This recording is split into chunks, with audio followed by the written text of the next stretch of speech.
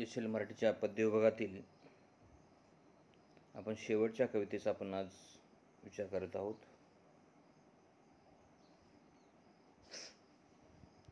त्या कवितेचं नाव आहे, 9 क्रमांकाची कविता आहे. कवितेचं नाव आहे तलब. तलब या कवितेचे कवयित्री सुचिता खल्लाळ आहेत. त्यांचं पूर्ण नाव सुचिता उमाजीराव खल्लाळ. माहेरचं आडनाव खल्लाळ आहे आणि सासरचं आडनाव अवचार आहे. अवचार. सुचिता उमाजीराव खल्लाळ अवचार अशा प्रकारचं पूर्ण नाव या कवयित्रीचं आहे.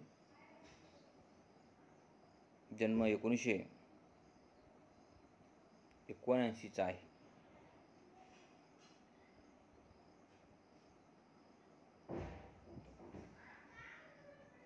ही जी कवयित्री आहे सुचिता खल्लाळ, या कवयित्रीचे 4 कविता संग्रह प्रकाशित झालेले आहेत. त्यामधला पहिला आहे पायपोळ, दुसरा आहे तह ह्यात आणि तिसरा आहे प्रलयानंतरची तळटीप. अशा प्रकारचे 3 कविता संग्रह या कवितेच्या नावावर आहेत, प्रकाशित झालेले आहेत.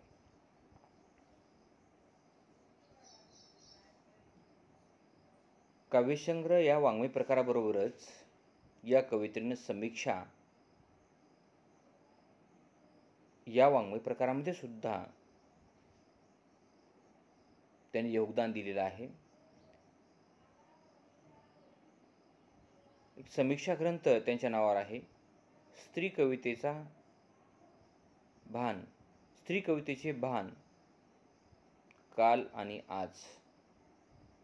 समीक्षा ग्रंथाचं नाव आहे स्त्री कवितेचे भान काल आणि आज. या नावाचा समीक्षा ग्रंथ त्यांच्या नावावर आहे. या कवयित्रीला वाङ्मयीन लेखनाबद्दल अनेक पुरस्कार सुद्धा मिळालेले आहेत. त्यामध्ये इंदिरा संत पुरस्कार, महाराष्ट्र साहित्य पत्रिका पुण्याचा पुरस्कार, अ.वा. कुलकर्णी मसपाचा पुरस्कार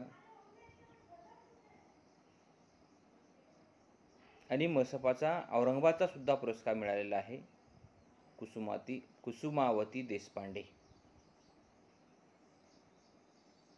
अशा प्रकारचे 3 पुरस्कार इंदिरा संत, महाराष्ट्र साहित्य परिषद पुण्याच्या वतीने हा पुरस्कार मिळालेला आहे.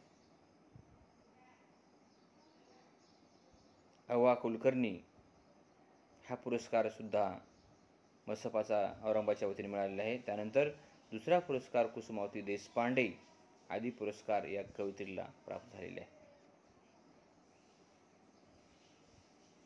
आणि त्यांची जी कविता आहे ती तह ह्यात या काव्यसंग्रहातून घेतलेली आहे. अगदी छोटी कविता आहे आणि या कवितेचं नाव आहे तलब. तलब म्हणजे तलब या शब्दाचा अर्थ लहर. माणसाला कधी केव्हा कशाची तलब येईल, तलबचा अर्थ लहर, ते सांगता येत नाही.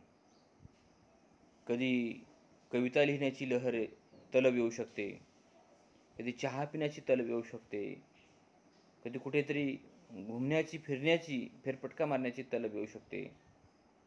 हे सांगून तलब माणसाच्या मनामध्ये निर्माण होत नाही.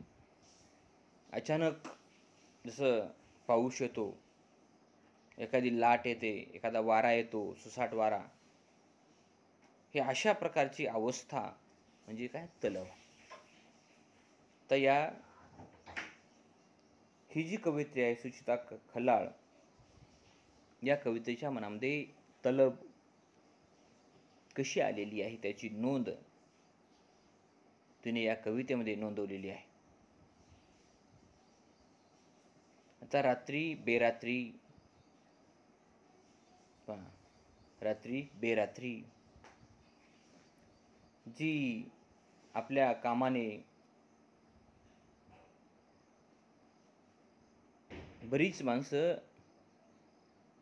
बऱ्याच माणसांना वेळ काळ, प्रहार, दिवस रात्र त्याचं काहीच भान नसते, काहीच भान नसते. तर रात्री बेरात्री पिशासारखं उठून लिहित करणं, बघा, वेळी अवेळी कधीही कविता सुचू शकते, कधीही लिहिण्याची तंद्री लागू शकते. पहा, तेवढं सोपं नसते मुलांना. कवीला, लेखकाला, साहित्यिकाला रात्र रात्र जागून काढावं लागतं, जागावं लागतं. अचानक लहर येते आणि ते लगेच लिहायला लागतात. पिशासारखं उठून लिहित करणं, यालाच तलब असं म्हणतात मुलांनो. कारण एखादी कविता जन्माला येण्यासाठी रक्त पूर्ण आटवावं लागतं, रक्त जाळून घ्यावं लागतं, रक्त जळतं मुलांनो. तेव्हा कुठेतरी कविता पेट घेते, ठणठण ठणठण रक्त जळतं, तेव्हा कुठेतरी कविता पेट घेते आणि त्यातून कवितेचा जन्म होतो मुलांनो. रात्री बेरात्री पहा, कधी कधी कवी खाली कविता लिहिल्यानंतर तारीख वेळ समय टाकतात मुलांनो. ही कविता कधी लिहिलेली आहे, या कविता जन्म कधी झालेला आहे, बरेच लोक टाकतात. ती कधीही वेळी अवेळी रात्री बेरात्री कधीही कविता सुचू शकते आणि तेव्हा त्यावेळी तो कवी लिहू काढतो.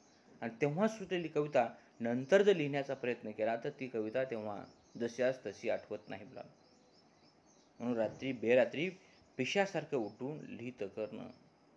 साहित्यिक लोक पिशासारखीच असतात, वेळीच असतात, मनातल्या मनात बडबड करतात, सारखं त्यांची ध्यान निद्रा, चिंतन मनन एकाच विषयामध्ये असते, लेखनाच्या विषयामध्ये असते. पिशासारखं उठून लिहित करणं इतकं सोपं नसतं. आपलं वाटतं ना, तेवढं सोपं नसतं जर मी जगायला मजबूर नसते. हे अशा प्रकारच्या कविता, कादंबरी, कथा, ही जे वेगवेगळे वाङ्मय प्रकार आहे, हे वाङ्मय प्रकार जन्माला येणं तेवढं सोपं नसतं. जेवढं इतरांना सोपं वाटतं तेवढं सोपं असतं. मी आता सांग, स्वतःला जळून जळून खाक व्हावं लागतं, जळून जळून खाक व्हावं तर चंद्रासारखं झिजावं लागतं. तेव्हा कुठेतरी त्या कवितेतला सुगंध, तेव्हा कुठेतरी त्या कवितेतून सुगंध बाहेर पडतो. अरे वा, काय सुंदर कविता लिहिली आहे. तेवढी सोपी निर्मिती नसते. कविता लिहिण्याचा प्रवास हा तितकासा सोपा नाही. तो प्रवास या कवयित्री या कवितेमध्ये सांगतात, इतकं सोपं नसतं जर मी जगायला मजबूर नसते. कविता लिहिणं, साहित्य लिहिणं, वाङ्मयाची निर्मिती करणं हे महंत कार्य आहे, फार मोठं काम आहे, फार अवघड काम आहे, किचकट गुंतागुंतीचं काम आहे. कोणीही यावं भरभर कागद घेऊन असं झरझर लिहावं, भरभर लिहावं असं शक्य नाही. आणि सतत स्वतःला गाडून घ्यावं लागतं, जाळून घ्यावं लागतं. मनाच्या इच्छा आकांक्षा सगळ्या दाबून टाकाव्या लागतात, मुरून टाकाव्या लागतात, पुरून टाकाव्या लागतात. आणि बैठक महत्त्वाची आहे मुलांनो. आपण एका जागेवर किती वेळ बसू शकतो? आपला अंदाज, तुम्ही स्वतःच्या मनामध्ये एक अंदाज तयार करा.